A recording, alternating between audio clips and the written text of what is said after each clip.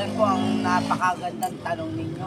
Kasi ako po, unang-una, hindi naman po ako sa nagsisinungaling na ako'y isang apo ni Lucio-tan. Apo ka talaga ni Lucio-tan? Opo. Ano pangalan mo? Milan Tan? Milan Tan Pedregosa. Ba't may Pedregosa pa? Yun po yung Tatay mo? apelido ng tatay ko. Yung Tan, nanay mo. Opo. Ibig sabihin nanay mo, anak ni Lucio-tan. Opo. Yung mga security mo, saan security mo?